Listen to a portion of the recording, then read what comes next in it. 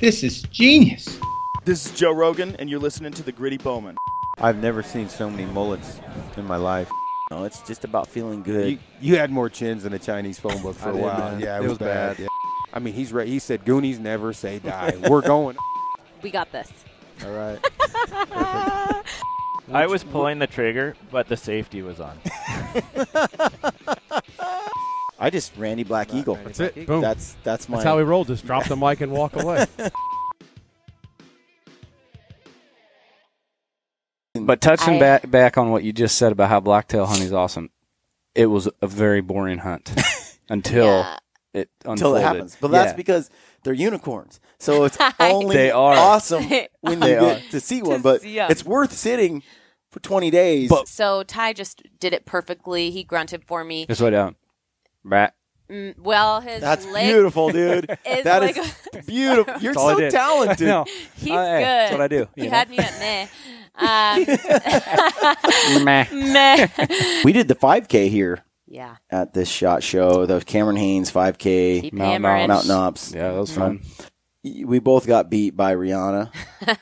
Let's back up here just a second, all right? So, Okay, you guys ready? Yeah. All right, here we go. All right, folks. Welcome to the Gritty Bowman podcast. We are at the SHOT Show in Vegas, and I'm coming at you with Ty and Rihana Cary. And we just got done working out at the gym here in the Venetian. Yep. And got awesome. our pump on. Yep. late night after shot, Yeah, and then you an guys early are- morning You guys workout. are man. party animals. We had some late night food and We were running security. Yeah, when you said this morning, I called Ty called me, and he's in, and I guess you were in your Uber. coming on over, Yeah. and I'm like, "How you doing, man?" And he's like, "This is rough," but we're on our way. I don't even drink, and I'm We like, still- oh my gosh. we still got up early. I was actually up at 6:30, and I Really? couldn't go back to sleep. I don't know what the I deal am not. was. I am surprised you answered the phone. To be honest with you, we were meeting Eric Dude. Chester down there, and then I called you, and I was like, Yeah, "Holy cow, he answered." What? Hey, I'm not an early rise. I don't like getting up early, and it wasn't like it was super early, but Right. Compared to going to bed, it was. yeah, I, you know what? I like my sleep. I do too. So I haven't partied much at ATA or here. I kind of came back to the hotel and just worked, got some things done. I like going out and I like the whole party thing, but It's hard, man. also Wears a lot on of work to do. Yeah. too. Yeah, that's true. Trust me, I got a lot of editing I got to get done, but man, I only see most of these people Yeah. one time a year, so Yeah. I got to do it. And This is our like an social old- time. we're an old because- couple. That's Yeah, how at SHOT is. home, I'm new to we're SHOT. So, homebodies. yeah. And ATA, I mean, that's the time where we see all of our friends. So we stay out and, we keep it pretty casual. We don't get Yeah. too crazy. We're not clubbing or anything like that. But just long enough to have a good time and then backpedal out of there. You know what I mean? we're like, we're going to go back. And people stay out. They Yeah. keep going. And Oh, we're I like, know. yeah. I've we're a little texted too a old few for that people now. here, and I think they're just so hungover and so tired. And then they're late to everything because the night before was so wild. But Exactly. it's been a good show. That's why I don't Oh, drink. yeah. So we did the 5K here Yeah. at this SHOT Show. The Cameron Haynes 5K Keep Mountain hammering. Mountain Ops. Yeah, that was fun. That was awesome. Um, It was a good way to start off the show. Ty, we both got beat by Rihana. Let's back up here just a second, all right? So let's reiterate this one. We Oh, you let let- Rihanna we win. let- We Oh, let Rihanna win. you guys don't believe I said, that. you just go ahead and cross that Nobody finish line, babe. I'll be there in a believes you second. guys. I'm a supportive husband. Nobody believes that. No, I'm just joking. I run a lot. I go Do ya? when I'm at the gym. I do at least 30 to 40 minutes of cardio. I try. Just for me, I like to keep my endurance going, and You were 11th place yeah, out of, 11. let's say, 150 people or Yep. something. Yeah, I actually was about my high school time. Really? When I was a freshman in high school, I was in cross country. I didn't keep running. Running's not my favorite thing. Yeah. Because we would do 8 to 10 miles, and that was just too much for I me. hate but, running. But yeah, in high school, I was at 21:19, I think was my fastest 5K. Jeez. And then this 5K, I think it was 21 I don't know, 40 or something like that, which was pretty good. I'm Yeah. close to my freshman fit, and that was a Dang. long time ago.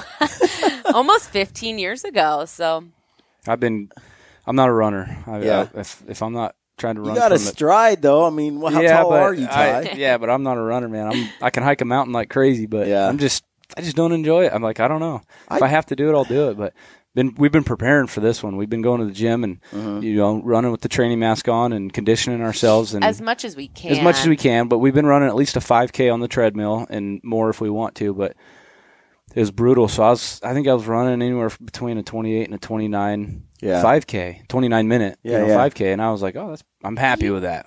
I'd be happy with that. And then when we got out here, we ran together most of the race till the end. She kind of started breaking away, and I think she beat me by, I think it was about 10 seconds what it was. But Rihana, enough. you were telling me that you are known for breaking away at the end. Yeah, I always had that extra give at the end of a run, so I would always pass all the girls, and it was my strength was the end sprint. So how have you found that running has helped with hunting, or does it? Oh, it does 100%. I mean, cardio. I think with our blacktail hunt that we did in California this year, we were at anywhere 75. from 6,000 to 8,000 feet elevation, and we were doing 10 miles a day, uphill, downhill, side hill, and so I wouldn't have been able to keep up if it wasn't for all of the cardio training that I've been doing throughout the year. Yeah, pretty much from mid-August through all the way into October, we pretty much lived at about 7,500 feet, elk hunting and doing all that. And then I went to British Columbia and filmed the hunt up there. So we were at high elevation all the way deep into the fall, and then towards the end of fall, we do blacktail hunting where we're at 300 feet, it's no elevation at all. And it kind of got away from us a little bit. So then when this 5K came up, we're like, we have to go to the training. gym. Yeah. And we did a whitetail hunt as well, and that's a lot different. It's not spot and stalking. You're sitting a lot, and you're in the blind early in the morning, midday you go back, you want to run, but instead you take a nap, and then you go back out in the evening, and then by that time you're so tired you don't work out. So and then you're in the cold, so I mean you're just literally sitting there, and sitting in a tree stand makes you 10 times more tired than hiking a mountain. It's the weirdest thing, but you are so much more tired at the end of the day sitting. A lot of Western hunters don't realize how taxing tree stand hunting is because they haven't really done it, and they think they'll be bored out of their mind. I find I'm not bored at all. No. You can get a lot done in a tree stand on your phone and business-wise. Especially, I listen to a lot of audiobooks while I'm hunting for like I'll blacktail hunt for 7 to 10 days in a row in a tree stand, and I get a lot of reading done at that point because I can't. Like my buddy reads a book. It's so loud. And it's like. But he does read a paper. He's like, I can't listen. I need my ears open. I'm like, dude, blacktails are like silent ninjas. I need my eyes. Like I often see them, but never hear them. Yeah, you'll never hear them. So I always wear earbuds, listen to a book, and I'm watching. But you could even put one in one ear and you leave the other ear open. I do. If you know like kind of where the deer are probably going to be coming from, leave that ear exposed. Or I turn it down so low I can just barely hear the bug. But a blacktail, you're not going to hear until you won't even hear him if he's 15 yards from you. You got to see him. That's a better idea. I haven't listened to audiobooks, but I read a book. But the thing is I'm always like bent over like this reading. And so by the end, my neck is like killing. No, I like to have a good audiobook and then I'm that's a good looking idea. and scanning. You And have it's to so do that. cool what you get to see when you're out there. So it's sort of like my private vacation time. Like just to sit there. And I'll sit for 6 or 7 hours with no music, no books, no nothing, and just watch. Yep. Yeah. And I used to be like, how can anybody do that? Now I can sit all day just silently and watch critters in the forest, and it's so weird because when you walk out, I used to think, I'm such a ninja. I'm so quiet, right? Until that one time he dropped his backpack. Yeah, that was not a good.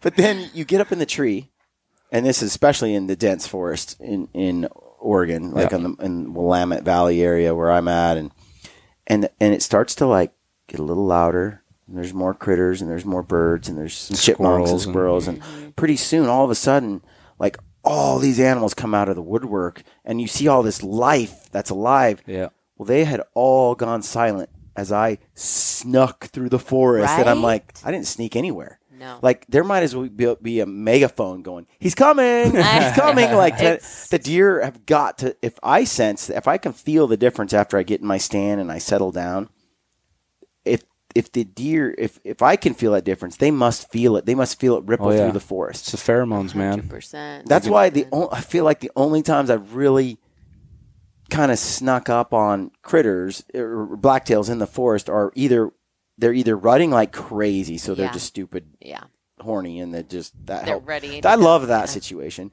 And then then there's it's raining. Yeah, raining. And so everything's kind of tucked away, and so their alarm system is, getting out of the rain. Have you gotten to hunt blacktails in the snow yet? Yes, it's one of my favorite things as well. Yeah, I did it a lot this year. Elk and deer, man, in the snows. Yeah, unreal. We went up the Upper Clackamas and hunted up there in the mountains and stuff, and in the snow, and it during the rut.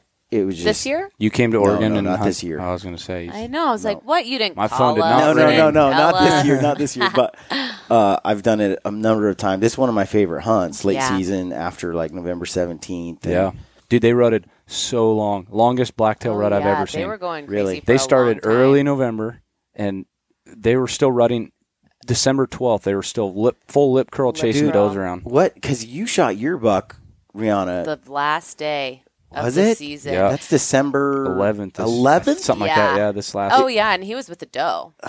We saw the doe first, and I didn't get too excited. Tell me this whole story because, I mean. Yeah, start from the beginning. Yeah. Because blacktail hunting is just epic. So fun. And that shot you made was awesome. I think I shared it on my Instagram page after you did it because it's so late at night and you pull this thing off and it's a cool shot. Well, I didn't expect it. But touching back on what you just said about how blacktail hunting is awesome, it was a very boring hunt until it unfolded. Until it happens. But that's because they're unicorns. So it's only awesome when you get to see one. But it's worth sitting for 20 days. But what's crazy is we had 4 or 5 shooter bucks on camera until we sat there, and like you said, they know you're there, and then we didn't see nothing.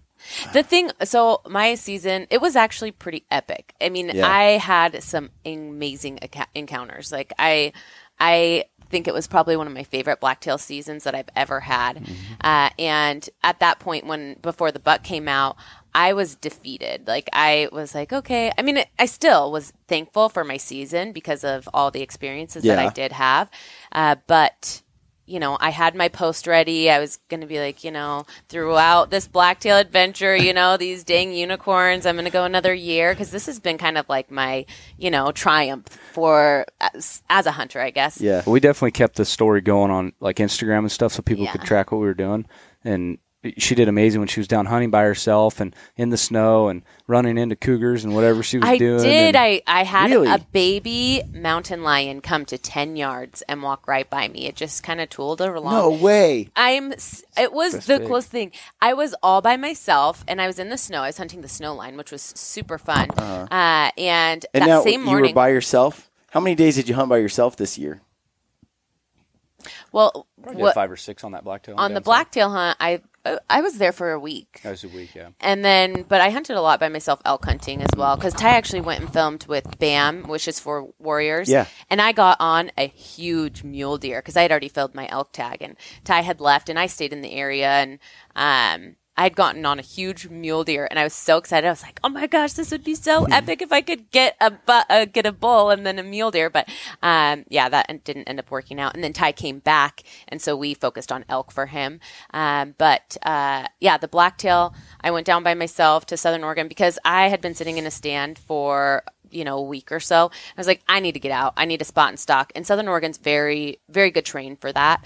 So I actually found a new area and went up there, and the very first day I went out, I saw a buck chasing a doe. He was a few hillsides over. So I was like, okay, well, I had an appointment that I had to go into town for, and I went into town, came back that evening, set up where I saw the buck. I made it over there, and he came out right where I saw him chasing a doe, 40 yards to me. And I was like, oh, this is going to happen. So, and it was so cool and so unexpected. He was 40 yards. I ranged him, and I was about to come to full draw, and he just kept on chasing the doe around in circles, and then took off over the hillside, and the other side of the hill is private. So I was like, oh, darn, it was getting dark, and I was like, okay, I'm going to come back, and I'm going to do it again tomorrow. So did it. I didn't see him all day in the morning, so I just kind of hung around.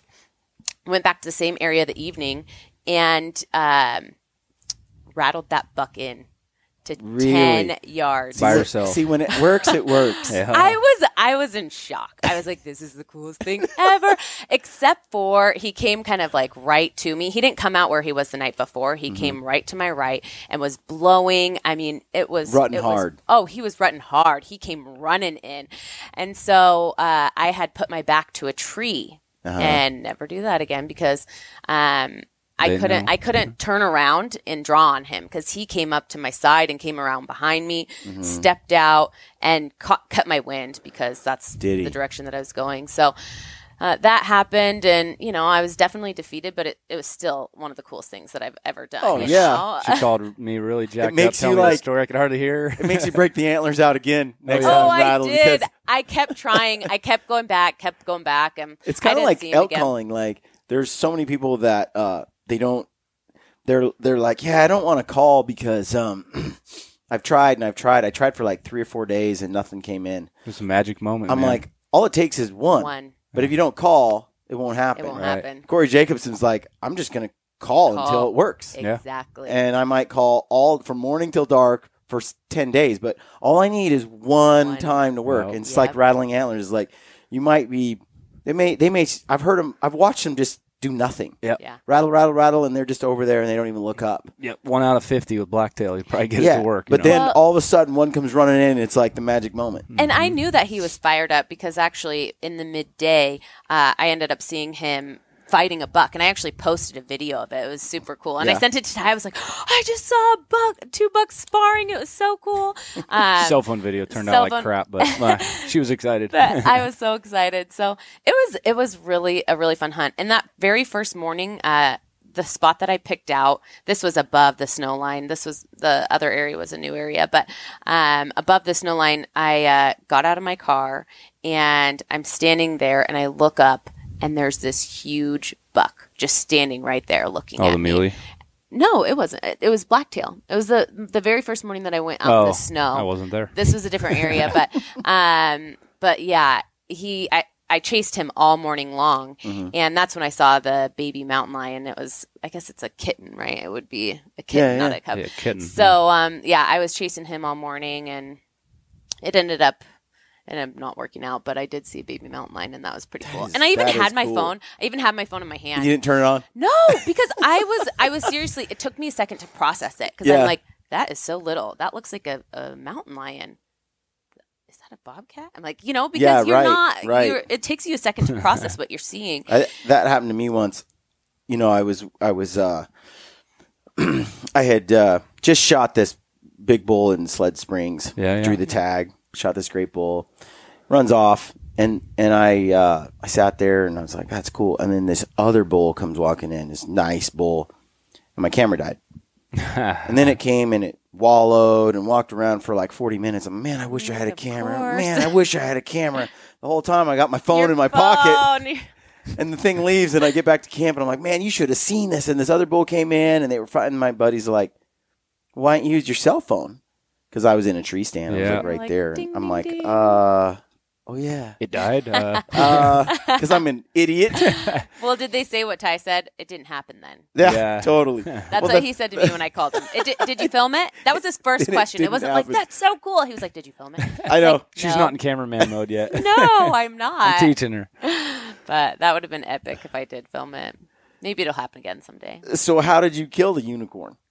Oh yeah, okay. It was very trying. I came back up to Eugene where we live because Willamette goes a week longer than down in Southern Oregon where I was hunting. And while I was gone, this buck that I had ended up shooting was on our trail camera every single day on our stand. So Ty's like, you better get up here because he's been there every single day while I was down in Southern Oregon. Well, truthfully, I stayed home because I had a lot of editing I had to get done. Mm-hmm. So I said, you're going to have to go down there by yourself. You know the area. It's where you're from. You'll be fine. Just, keep your inReach with you and keep in touch with me.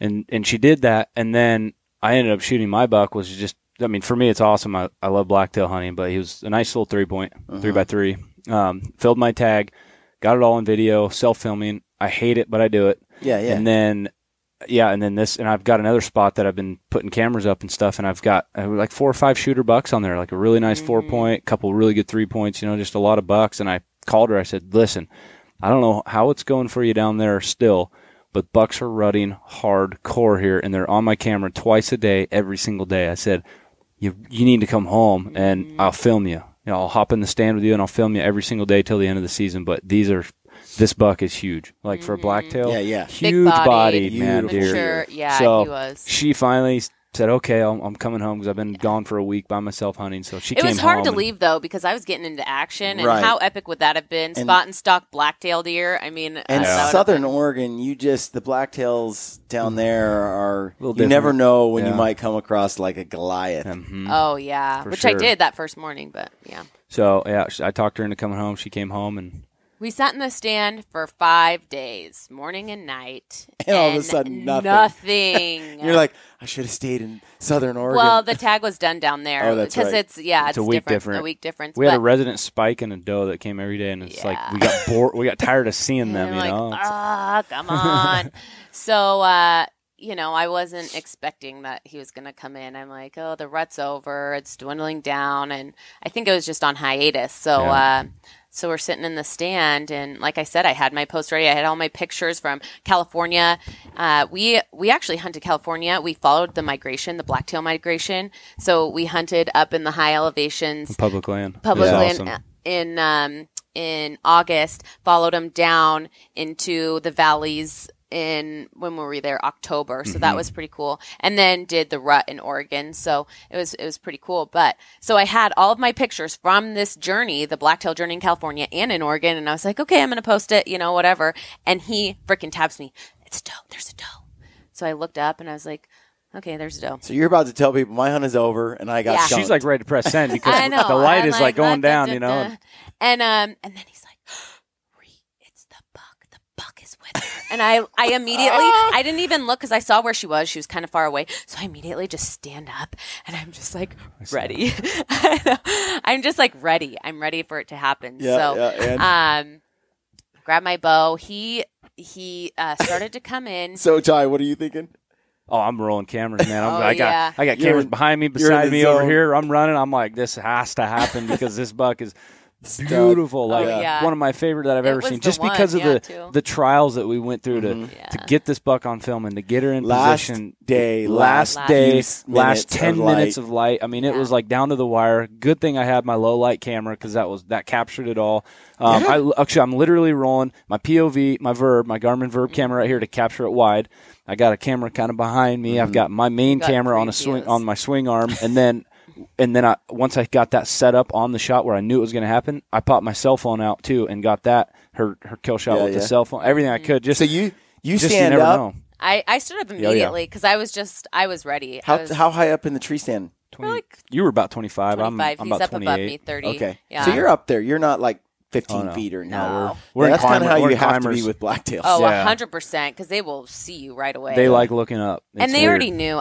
That doe came in. She knew something wasn't right. Mm-hmm. So she came into about 30 yards and then left. And he followed. So he kind of came into 30 yards and he kept on walking. He kind of circled around. He was like, something's not right here. She took off finally. And I was like, I was like, no, this isn't going to happen. He's going to follow her. Why would he not? Right. And he didn't. What? He did not follow her. He was going to, but he was kind of like looking around. He was slowly just meandering, just kind of eating. Feeding a little bit. And then finally came out. He was about 32 yards. And, he came out. Were you ranging him? Yeah, I was ranging him. Oh, yeah. Yep.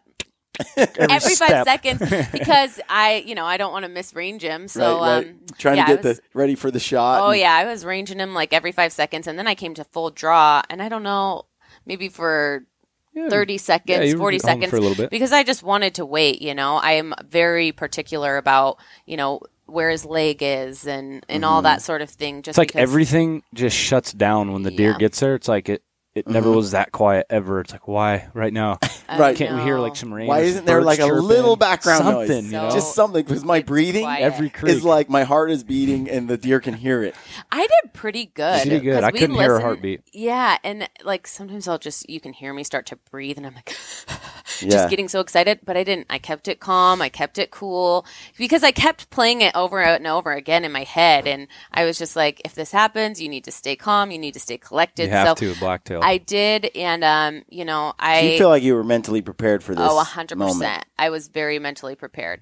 And so Ty, I don't know. When you're in that moment, you don't think to, make him stop. Grunt or and anything. So Ty just did it perfectly. He grunted for me. Just way down. Rat. Well, his That's leg beautiful, dude.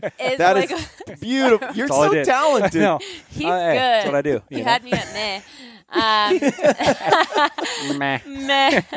But yeah, he stopped perfectly, and I took the shot, and it was very emotional. It was just like the pinnacle of the Blacktail season. Had just, you're so defeated because you don't think it's going to happen, and then when it does, you're just like, you're just overwhelmed. And I got goosebumps. I started crying. I'm just like, did you see that? Why are you crying? Man up.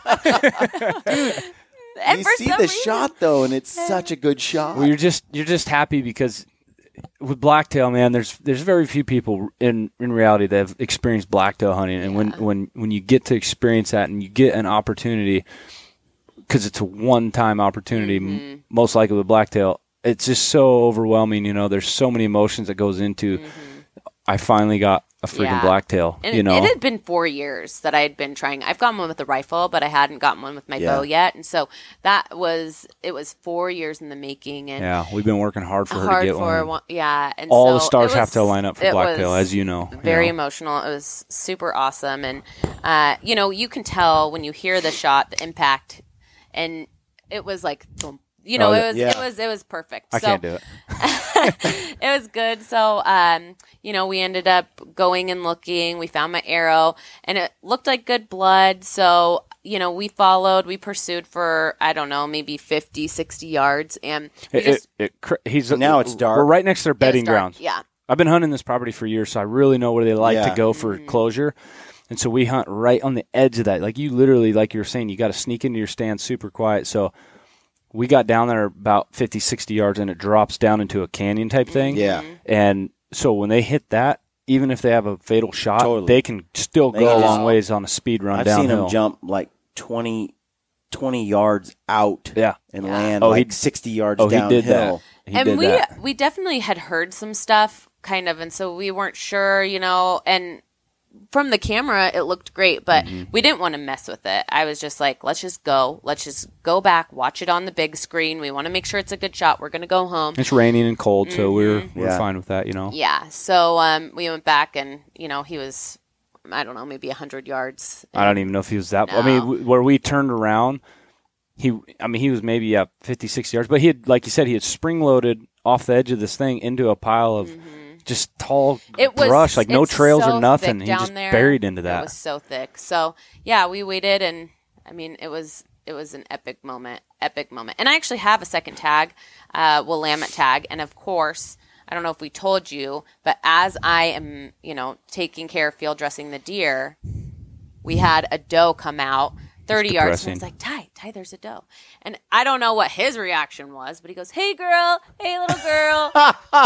Just talking to her is awesome. And I'm like, okay, whatever. So I'm going back, and then I look up, and there's this huge 4x5 blacktail chasing her, lip curling, going crazy. Like a 140, What? 140, 145 Yeah, black. he was a giant. He was one that we had on the trail camera, but we'd only had him once. 20 yards right behind her, Broadside. full lip curl, and he just looked at us and he didn't even care. And I'm just like, oh. And I've got my hands in this deer, and I'm just like, and once, oh my gosh. And once again, she's hands full. The bow's over by me. Yeah. The release is over by me, and all my cameras are now packed because we were just about to get out of there. So I didn't even have a cell phone handy, nothing. No. So this thing's happening, and I'm like, she's like, oh my God, what do we do? I'm like, here, throw He her a throws bow, me you know, my bow, release. my release. I put it on super fast. The buck is still standing there as I'm putting my release on, and I'm just like, oh, I can't do this. Like, He was a monster, man. It was horrible. So he ended up chasing the doe, and I'd got my release on, and I was still wearing gloves. I freaking ran up this hill. This is the next morning. This is the next morning, yeah. I ran up the hill and got up to him. He was just stepping out of the brush, and I was in the wide open on my knees. Yeah. I was coming to full draw. He was just about to man, step out. 2 giants. And he looks over, sees me, and just takes off. Bolts. Yeah. I was like, oh my gosh, how crazy would that that have is been? It happened so close. fast that I literally, she goes, I mean, what should I do? Because he was kind of feeding off with her, and I just said, go. I'm not even going to go with you. I'm not even going to be extra noise, nothing. You go. You might have a 10-second opportunity to kill this deer, so just go do your thing. And she got into position, but he busted her. He busted me. But it was cool. So He's like, I know that girl. She shoots deer. I'm out of here. out. Well, and for people who don't know, there in Oregon you can get a second tag. Yeah. So when it's the last day of the season, that's the last day of the season of General season. of the A general general. season. But There's a couple extra Willamette tags tag. that get if you get a Willamette tag, you can go till February. The thing about Willamette tag, though, is it's a huge area, all the way from Eugene to Portland. But it's 95% private land. Private land. Right. But this place that we hunt is private, so Yeah, and the thing about this hunt, which compared to our elk hunt, which we didn't get on film because we were hunting wilderness, so we didn't film it. But I kept my composure together on this hunt. Like when she shot that deer, I was like, yes, and I gave her a little high five. I was quiet. I kept it like that. But when she shot her elk, I was literally right on her shoulder, and this bull comes up screaming and hollering. And it would have been the most epic footage ever for elk hunting, of course. And I'm right on her shoulder, and she's at full draw holding on this bull, and I just, I had my diaphragm in. I went, yeah, and boom, he stops mid stride, and I go 15, done. Bull runs off dead, and I went as loud as I could. Yeah. we were going crazy. And I was like, be quiet. I was so excited, it was the coolest thing just to be right there, and I screamed so loud, and then I remembered I need to be quiet because there's still elk all around Yeah, bugling we heard and another screaming. one going crazy. I was like, another one was just going crazy. I just have never been so excited, even for myself. That was an awesome moment. So then when she shot her deer, I was like, I need to keep it down. I need to keep it quiet. I need to hold. So Rihana, here, move your mic a little closer. Oh, sorry. When you're on a like, how do you make that shot? Like so many people, especially, I think the stakes feel a little higher when it's the last day of the season, the last moment. You think it's not going to happen, and when you're dealing with these deer that you almost never see, and it's finally happened. I take my time. Really, I wait for the perfect moment. I wait for the perfect opportunity, and if it doesn't present itself, then it doesn't. I don't want to take the risk of not making a good shot. So, What are you telling yourself in those moments? We talk to each I other a don't lot. know. We feed off each other a lot, to be honest with you. Yeah. We keep each other it motivated helps. because there's times where like, I don't want to go out today. I was like, this is when we need to go out. It Yeah. sucks. And we don't want to go out, but we need to. So let's go. And then you go out, you don't see anything, and then it sucks. But you keep each other motivated. And with my experience all these years, I tell her all the time. I said, listen, I have killed so many animals. I've filled so many tags on the last day, the last hour of the hunt.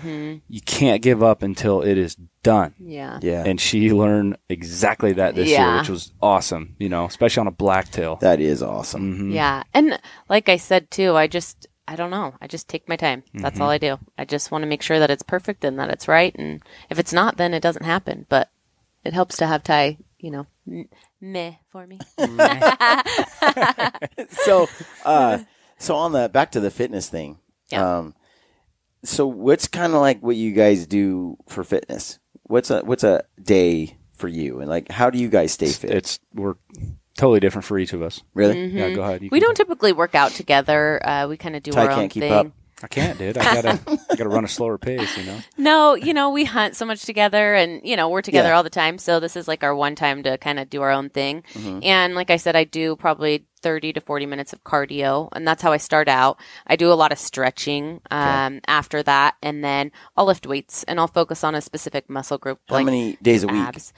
We try and do every day if we can. I mean, I would say at least 5 days. We try when we're home, but otherwise, I mean, we don't. It's hard. Yeah, It's kind of a daily routine for you guys. Absolutely, 100%. 100%. Yeah. So when we get to the gym, it's all right. Love you. See you in a bit. Yeah. She'll go do her run, and I'll go stretch. I start out stretching. I do just a quick light stretch, get myself going, and then I go I do a set of abs to start off the day, and then go into working out, doing whatever workout I'm going to do, but I do legs every single day. Yeah, he likes because you can't do anything without your legs. You gotta be able to. You don't want move. to be the cameraman with Jim Shockey that can't keep up. keep up. No, Yeah. or Cam or whoever I'm filming, Brian, whoever. But I don't go hardcore every day with legs, but I at least try to do some sort of leg things because legs are just, for me, for my job, it's one of the most important aspects of my Right. body. So I always try to end on legs. And then she'll come down after doing a run, and then she'll do her stretches and stuff. And so, I mean, it's just we're on totally different Yeah. pages. Sometimes we'll go over and do the squat rack together or something. Certain exercises. Or we'll run together or whatever. But for the most part, it's, we separate, and then at the end, we carpool back home. So what about diet-wise? Like, how do you guys eat? Just tons of greasy burgers and fried No. chicken Speaking wings. my language. I wish I could eat like that. Ty's metabolism, he could eat whatever and be fine. But for me, I have to eat, strictly, 6 times a day at least. We try to eat a healthy breakfast. I make my Mountain Ops Magnum pancakes every day. every day. I love them. I mean, they're awesome. So, Rihana, have you ever struggled with weight? Yeah, I have, definitely. I mean, if I'm not active, then I can tell. I need to be active. I think my body, needs it. So, what we do is we'll usually do meal prepping. So like on Sunday, I'll make meals for the week, and we'll eat that for lunch and for dinner, and then I'll just make breakfast usually. lot of You're times- definitely planning. You're not just winging it every day. No, and sometimes I do plan it because I like to do my recipes. I like to cook different things, Right. and so Well, I'm always I do have to checking plan out meals. your Instagram and following some of your recipe stuff, and you do some cool posts on different things you prepare and different meals. Yeah, Well- and I try to keep it super healthy, low carb and Rice and veggies. rice, and stuff. veggies, and I just try to make the meat taste as good as it can without frying it or doing crazy stuff. We're definitely really organized in our freezers with our meat because between the two of we us, have to we freezer's pretty full all the time, so we got to keep the last year's stuff in rotation from this year's stuff, and definitely a lot of lean meat. And roasts. I love roasts. We do a lot of roasts. It's easy like for us. crock pot. Yeah, or- absolutely. Let it cook all day, And then so I'll take that meat and that we do in a roast or something and put it on top of rice. We have Cafe Yum. Have you eaten Yes. at Cafe Yum? You guys took me to Cafe Yum. We love Cafe Yum. So we'll put the meat on top of rice with some avocado, some cilantro, and then there's some really yummy yum sauce that we put on. Beans sometimes. I mean, it just depends. We try and eat as healthy as we can. Clean. And not eat out. Yeah. I wouldn't be like Although that if when it we're weren't at for her. places like this, when we eat out, it's healthy. It's salmon or chicken or things Or like that. Sometimes we'll buffalo splurge wings too. and Yeah. ranch. Everything in moderation. So sometimes we do have, the burger or whatnot. And I like my Oreo shakes. before the run, we carb loaded. I had some sweet potato fries and a wrap. So I like my creme brulee, like I had last night. ooh, yum. So I'm what's not a huge desserter. I'm not really either. That's like my only dessert. If a restaurant has creme brulee, then I kind of get You'll that. be into it. Otherwise, I kind of get that. I kind of get then that. I Like only eat every the whole restaurant thing. I ever go to. So I only ate half of it, and most restaurants don't have it, so I'm usually without. my body doesn't do well with sugar. I can feel it. I'm If the I same. eat too much, I'm just like "Ugh, After this a doesn't feel 5K good." run, it does great. Yeah. But then I'll hit like the tank is full on the sugar thing. I'll tell you what, man. I like my dark chocolate. I like 2 little small bites after dinner every day. I like that. I do my that chocolate as well. milk. I just like a little bit of sugar intake on top of eating our healthy stuff. For me, that works. A lot of people, it might not. Like, it doesn't work for her. I'm not a huge sugar person, but I do like white rice. Yeah, we do a lot of rice. I spent a couple years in Japan. Why do you like white over brown? For me, I just digest it better. Really? Okay. It's like I can eat tons of it and it does nothing. I don't feel any. No butter, no sauces, just plain straight up soy sauce. I like. You should try Bragg's amino acid. It's like a soy sauce. It's made out of soy, but it's super healthy and it's really good. You should try that on your rice. But soy's got a lot of salt in it. Dude, Bragg's doesn't. I am a huge salt consumer. Like it's genetic. My whole family pounds the salt. If I don't have a ton of salt, then and Aaron's the opposite. A lot of people are like they just don't do well with salt. If I don't have a lot of salt, I struggle. But if you drink plenty of water too, I mean, I drink really a ton of water. Yeah, that's my thing. Is I won't retain. I'll get dehydrated without salt. So I put a lot of salt in. My mom's the same way. My grandpa. It's kind of. I'll tell her. I said, listen, you can cook however you want, but try to really limit the amount of salt you put on my stuff. I'm not a salt fan. You already have it in your Worcestershire, your soy, or your seasoned salt, or anything. I don't need extra salt, and I don't need just straight plain salt on like rice or people will get into it. Their joints will get stiff or they'll retain a lot of water and stuff. That doesn't happen to me. Me neither. We're too active, I think, right now for me to feel like that. Yeah, so I don't really need the salt for that. We just drink lots of water. That's what it comes down to. And I do too. Enduro. I don't drink much when it comes to like whenever I go to a restaurant and they're like, "What do you have?" and I'm like, "Water." Yeah. And I have water 90% of the time, and the waiter always looks at me like I've got like two heads, Like, what? You don't want a soda? No. We don't drink any soda. I don't like soda. I don't We've either. been doing water with lemon. Lemon. Yeah, it's for one, it tastes better with this hotel stuff. Water's just not the best. So what are these Mountain Ops pancake things? So I do. Delicious. Are they? Yes, they're amazing. My wife is way into that. So I'm kind of like, I eat an egg, and I eat like a bacon, and I eat avocado, and I just eat like a real food that's just how it comes. See, like we try to limit ourselves with the bacon avocado because avocado's got a lot of fats in it, and then bacon's got a lot of grease. Avocado, but I in like moderation, though, you're fine. I have a little bit of that, but what it is I don't do a lot of prepared stuff, like mixing things, like casseroles or like mixed foods. more whole foods. Suzanne loves it. I like whole foods just the way they are, and Suzanne loves to make stuff. Yeah. And so, but she's got the Primal Blueprint cookbook. Oh, like yeah. 2 of them. That's an interesting diet for sure. And those are cool. Those cookbooks are great, and she makes some stuff there, and then she's done a bunch of stuff around the Mountain Ops and protein pancakes and stuff like that. Does she watch Ree's recipes on YouTube? Yes, I just made a really good one, actually. She watches your recipes, and she stalks your page, and she loves Rio. And She's she like, loves your post dog. more Rio. Yes. Oh, man, our dog is awesome. I cut you off. So the protein pancakes. So I do a scoop of Magnum and then 2 egg whites. Sometimes if I have Greek yogurt, I'll put Greek yogurt in it, water, milk, coconut milk, and just get it liquidy. And then I cook that in a pan and then top it with some peanut butter and sometimes some bananas. So normally that's money. It's money. It's Normally so I have peanut good. butter. It's like it's almost like dessert for breakfast It's every so day. awesome. But it's high protein. She bought this stuff, that raspberry stuff or whatever it is. Oh, yeah. I did get some I just raspberry. want to drink the whole thing. It's so good. What is it? The Kodiak cakes. They It's just make a this big bottle. boysenberry syrup, and it's actually really healthy. It's all fruits. It's got sugar in it, but not too much. It's pretty low in sugar for a syrup. For a syrup, but yeah. but I am partial to my peanut butter and my bananas. Me too. Not everyone loves bananas, but I cook a lot with bananas. My wife Put 'em is in a different peanut butter stuff. and banana girl. Yeah, tell her to try this. She would love it. I think she Sometimes will. I'll even drizzle a little honey on top, just a little bit. But, we like to start off the morning with a high protein, super filling breakfast. Yeah. Because that just gets our day started off right. And then we'll have a snack,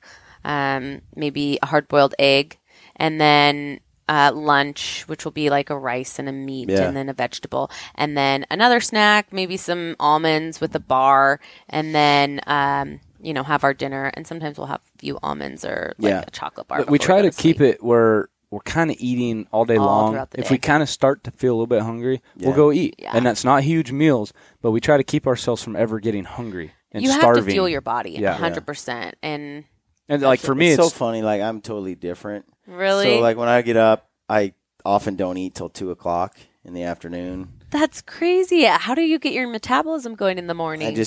I think I burn so much fat. I don't eat a lot of sugar. And so when I wake up in the morning, I'm not that hungry. And then around 1 or 2:00, I'll feel some hunger. Then I'll eat. And that's following that primal the primal paleo diet. Yeah, the paleo diet. I listened to that podcast with Joe Rogan, and it was a very interesting diet. And I looked it up, did some research, but for me, I just don't get my day started off right if I don't eat something like large in the morning. I think what it is they've done genetic testing and profiling where they go and they look at it doesn't work for everyone. Right. So everyone's different. Certainly, I think in general, low sugar intake is good for most people. But there are people that have a genetic history that helps them thrive on a higher carb diet. Yeah. And others that thrive on a low carb kind of intake. And it's the same with like a high protein diet. I mean, I tried not eating meat before I met Ty. I was actually vegan. I read this book and it was horrific. Oh my gosh. All about the meat industry. That was like, I couldn't handle it. Couldn't imagine life without meat. But, I also wasn't a hunter then, so I didn't have access to clean organic meat. I was a college student. I couldn't afford it. It's expensive. So I did. I went vegan for a little while, and I guess like 2 months maybe or so. And it was horrible. I'd never lost so much weight. I felt sick. I didn't have energy. Yeah. For some people, it works. I mean, more power to you if you can do it, but absolutely. I couldn't. So I had to start incorporating meat back into my diet. And I mean, it was a huge difference. But like I said, or like you were talking about, I think it's a lineal descent, like a heritage type of thing. I'm Native American. And so my ancestors, were big hunters and gatherers. And so I think it's just in my genetics, in my DNA that I'm supposed to eat meat. So, but everyone's different. So for sure. If you can do it, do it. There's a lot of times I'll go down when I'm feeling jittery where I need to go down and I know I need to eat something, but I really don't feel like making a bunch of food, or I've got a ton of editing I got to get done or something. Yeah. I'll literally grab a big spoon, grab a big old scoop of peanut butter, and just lick on that until it's gone. Aaron is the biggest peanut butter eater I've ever seen in my life. Oh, yeah, that's awesome. And he'll spoon to Justin's peanut butter or even Justin's is what I eat. Is that what we take in little packets hunting? Yes. Yeah. Okay. Yeah, it's different. I'm a Skippy's guy, but Justin's is he does the Justin's honey. Honey, that one's one of my favorites. And the almond butter. Yeah. We eat a lot of that too. But peanut butter. So I'll let you go here in just 1 minute, but I have one more question. So for guys and gals out there that are, especially gals, like that are trying to get in better shape, what's one bit of advice that you would give someone who's lacking the motivation to get out and get in shape? I think what really helped me is have a buddy system. I started off working out a lot with my good friend Emmy McCormick, and that's what really helped get me going. She does a lot of training, and I trained with her.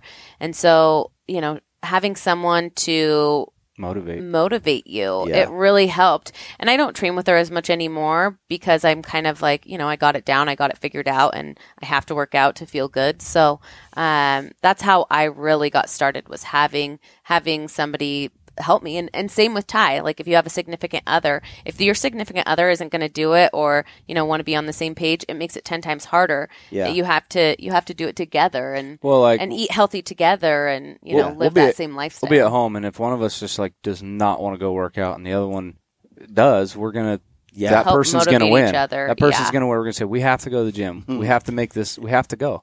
And that's the best time to do it, is when you don't want to go. You know what I mean? And so, if you don't have somebody too, another thing, that I do is I follow a lot of fitness pages on Instagram. And so I'll see all these different things like, oh, she's out there doing it. I need to go work out. You know what I mean? Right.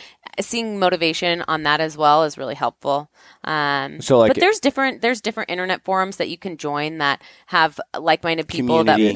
community feeling, and they hold you accountable, and you can talk to them if you have questions, things like that. So that's another way to do it for That's sure. how the CrossFit gym has kind of been too. It's like I have so many friends in that community, that family. Yeah. They're like, "Hey, you didn't show up today." Exactly. It's like, Texting you, where you man.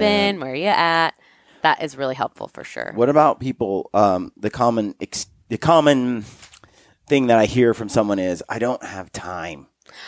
You can make time. Get up a little bit earlier in the morning and go and work out. Take a shower at the gym, then go to work. If you don't have time at the gym, like our schedule's crazy busy. We don't have a set gym schedule. It's very hard for us to keep a good routine going. Yeah. So if you're on the road traveling and everything, there's so many things you can do right here in this hotel room to get a good workout in, Yep. Doing push-ups off the table or dips or crunchies or anything, And- go on a run around town, whatever it takes to get going, no matter where you're at.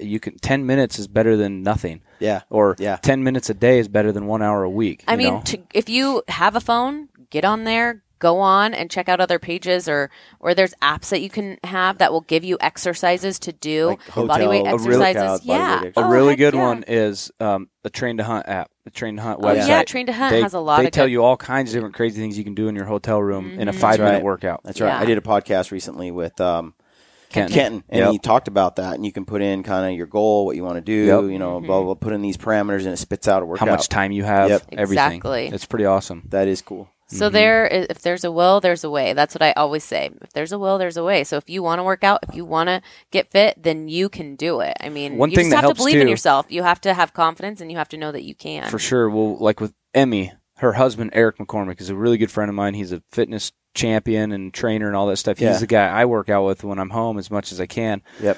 But he mentally motivates me all the time because when I'm working out, like with you today or something, if I'm lifting weights and I'm starting to like lack or I don't want to go or something, he's in my head, man. Yeah. What he Keep said is, going. remember when we were lifting So is today? Cameron Haynes. Oh, He's in yeah. my head. Here's an example. I know, when I work out with He's him- running, and I'm like, Oh, it you sucks. sucker. I'm like, I haven't ran in 2 days, and you've run 3 times. It's like, I know. But Right. one thing that Eric helps me with, and I did this with you today when we were doing the skull crushers, Yeah.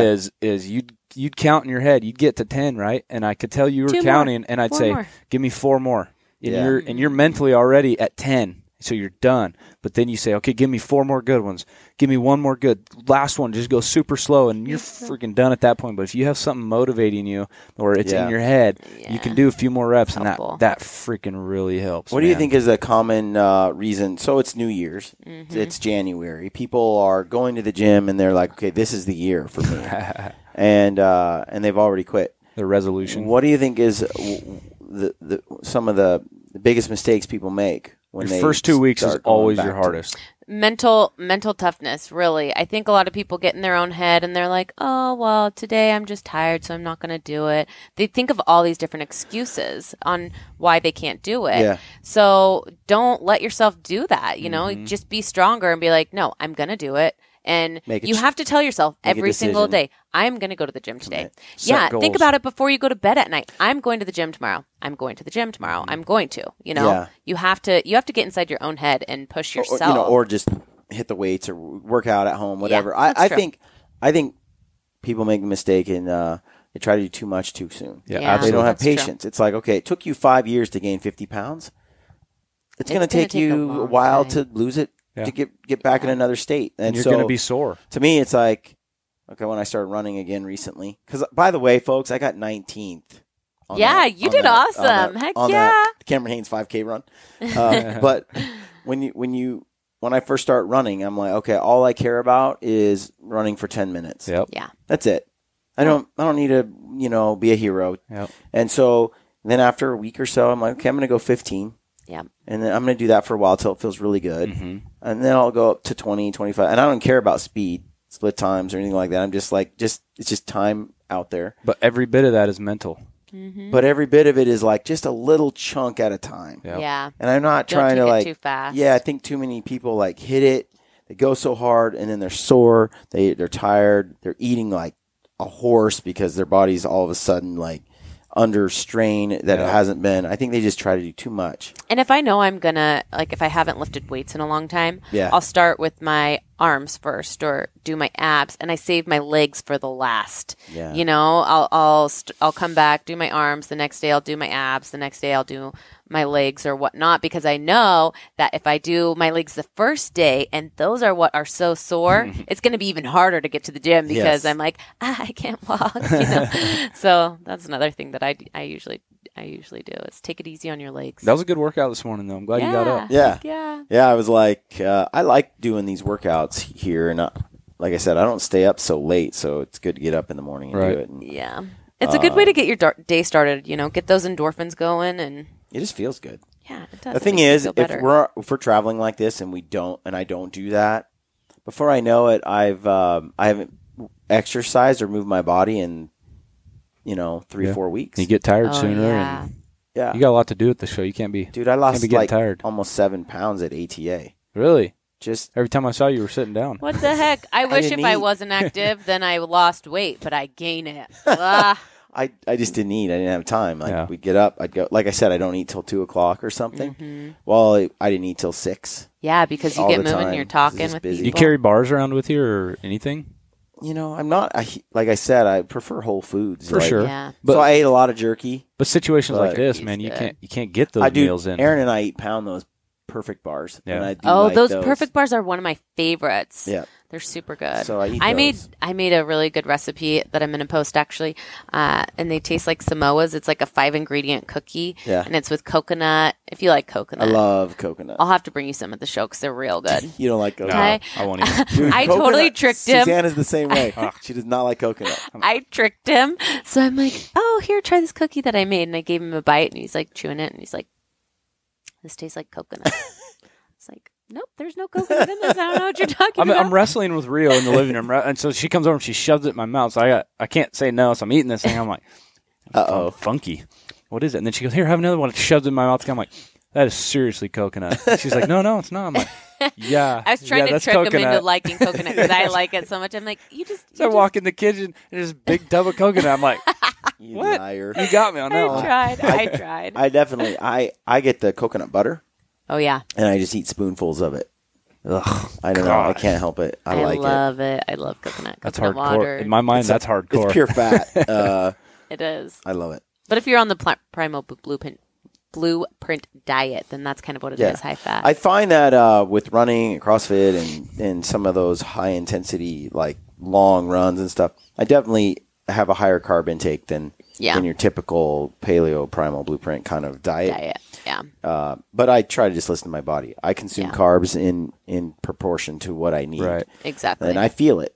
Like, Do you do MyFitnessPal? yeah, I do that too. Yeah. Mm-hmm. I feel it though. Like I'll work out and then I'll crave sugar and I'll eat that sugar and then I won't crave sugar. Mm-hmm. Like I'm done. Like I just feel it. I always like sugar. Yeah. I know. I don't. Like That's another thing. So anyone that's getting into fitness, and this is one thing that I did really good at the beginning, and now I just kind of know, is MyFitnessPal is an app that you can get, and you put all of your food that you eat in there for a day. Yep. And it's crazy. So you think that your healthy sandwich that you get at Panera Bread is healthy. Right. Well, then you put it in there and you see that's like 1,200 calories. You're like, Yep. okay, that's Depressing. that's almost like half my calories for the day. So Like I was it really really helped me kind of develop a higher knowledge of food, what's good, what's not. What I think has it's a bunch good of exercise crap in for it. everyone Yeah. to do that. Suzanne is using MyFitnessPal right now, my wife. Oh, good. But absolutely, when I first did it, it was 4 or 5 years ago. My sister came up to me and she goes, "Well, how many calories do you consume each day?" I'm like, "I don't know." I was 205. Thought I'm just lifting a lot of weights, Yeah. And now I'm like 190. So she's like, "How much do you?" And I said, "I don't know." She's like, "What do you mean you don't know?" I'm like, "I've never tracked my calories." And she downloads the app on my phone and she's like, "Just put it in there just to see where you're at." And it was eye opening. Yeah, like my 100%. macronutrients, your fats, your proteins, and your carbs. What's that ratio look like? Mm-hmm. How much of the pie Yeah. in your total consumption is each one making up?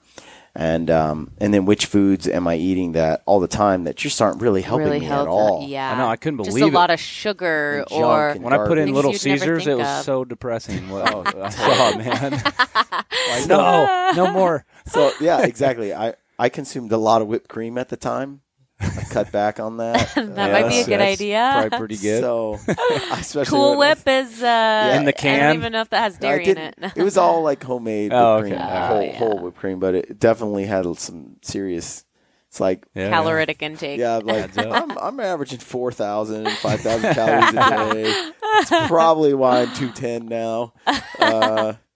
But it definitely. Good way to gain weight if you're trying But to do that. I think you only need to do that for, I don't know, 6 months or something. Yeah. Yeah, I'm not even. And after that, I kind of get it. It's amazing. Like now, I have a general idea.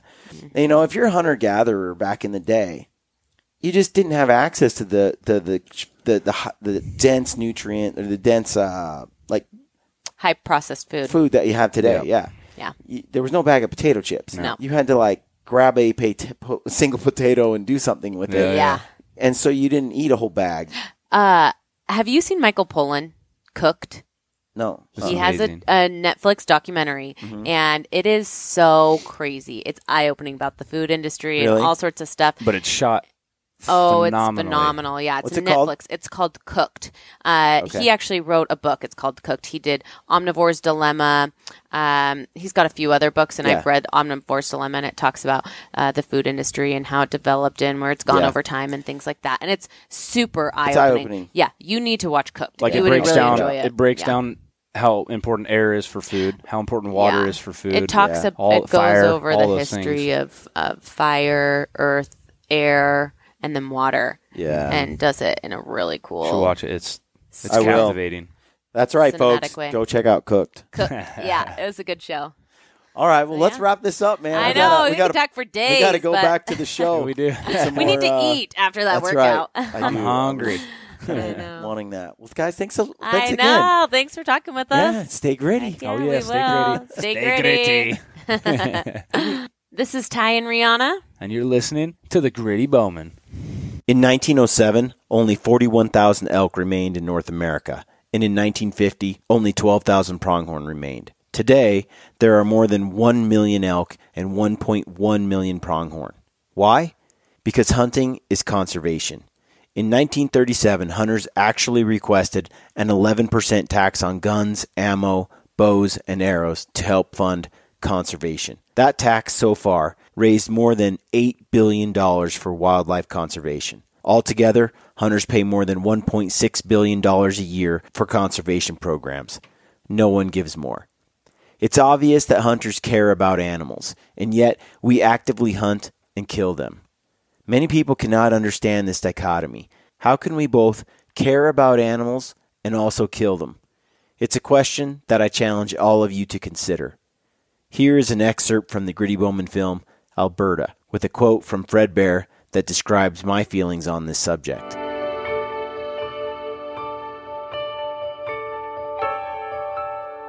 The first shot on this buck was fatal, and it cleanly pierced his vitals, but he didn't go down. I hate to see animals suffer, and when possible, I will always shoot them again if I have the opportunity. I have tremendous respect for this buck and his will to survive. He didn't go down easy, and I have mixed emotions about that. At times like this, I am reminded of a quote by Fred Bear, which somewhat describes my thoughts on this matter. Quote, I have always tempered my killing with respect for the game pursued. I see the animal not only as a target, but as a living creature with more freedom than I will ever have. I take that life if I can, with regret as well as joy, and with the sure knowledge that nature's way of fang and claw and starvation are a far crueler fate than I bestow. I do not hunt for the joy of killing, but for the joy of living, and the inexpressible pleasure of mingling my life, however briefly, with that of a wild creature that I respect, admire, and value. We can argue as much as we like, but the fact is, hunting is man's oldest and most successful try at life. Every human being is alive today because our ancestors hunted. So it's a relatively new phenomenon for people to regard hunting as a cruel and frivolous activity that has no worth outside of personal gratification for the hunter. The funny thing is, hunting has increased my appreciation for wild animals and wild places, not decreased it. And as I watch society lose its ties to wildlife and conservation, I feel my bond with nature grow ever stronger in direct correlation to my time spent hunting. I understand now more than ever that hunting is the greatest hope for creating the next generation of true conservationists. Never stop sharing your passion for hunting in the outdoors. Our wild animals and wild places depend on it. As always, good luck on your hunts and stay gritty. This is Ty Stubblefield, and you're listening to the Gritty Bowman. Gritty Bowman.